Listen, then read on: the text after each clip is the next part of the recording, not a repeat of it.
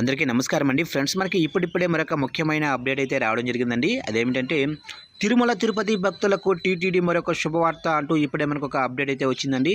అయితే ఇందుకు సంబంధించిన పూర్తి వివరాలు అయితే మన వీడియోలో తెలుసుకుందామండి. ఆ శుభవార్త ఏంటి అనేది వీడియో మాత్రం ఎక్కడ స్కిప్ చేయకుండా చూడండి ఫ్రెండ్స్. అప్పుడే మనకి పూర్తి సమాచారం అయితే తెలుస్తుంది. లేట్ చేయకుండా వివరాల్లోకి వెళ్ళిపోదాము. ఫ్రెండ్స్, నాది ఒక చిన్న రిక్వెస్ట్ ఫ్రెండ్స్, ఇంతవరకు మన ఛానల్ని ఇంకా ఎవరైతే సబ్స్క్రైబ్ అయితే చేసుకోలేదో సబ్స్క్రైబ్ అయితే చేసుకోండి.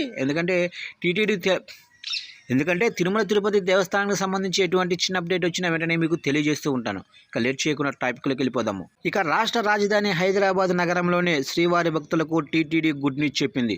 తిరుమల లడ్డు ప్రతిరోజు హైదరాబాద్లో లభ్యం కానుందని తెలిపింది.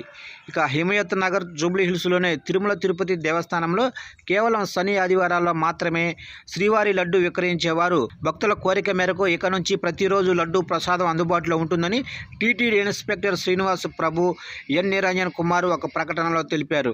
ఒక్కో లడ్డూను 50 రూపాయలకు విక్రయించనున్నారు. హిమాయత్ నగర్ జూబ్లీ హిల్స్ తిరుమల తిరుపతి దేవస్థానంలో ప్రతిరోజు ఉదయం 9 గంటల నుంచి సాయంత్రం 5 గంటల వరకు లడ్డూ విక్రయాలు కొనసాగుతాయని పేర్కొన్నారు. భక్తులు గమనించి లడ్డూ ప్రసాదాలను కొనుగోలు చేయాలని సూచించారు.